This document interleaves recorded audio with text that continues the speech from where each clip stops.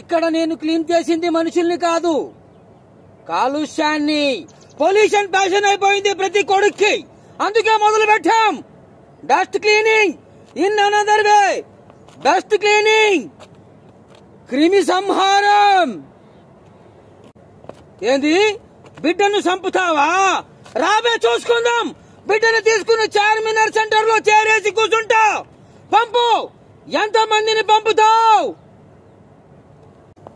ఒక్కొక్కరిని పైనుంచి కింది దాకా కీమా కొట్టి కీర్ దాగిపోతా. ఆడి పేగులు తీసి బోటి కొట్టి కోటిలో చాట్ తిరిగిపోతా. పానం లెక్క పెంచుకున్న నా బిడ్డ సారు, గా బిడ్డ జోలికి ఎవరన్నా వస్తే ఇడుస్తానా?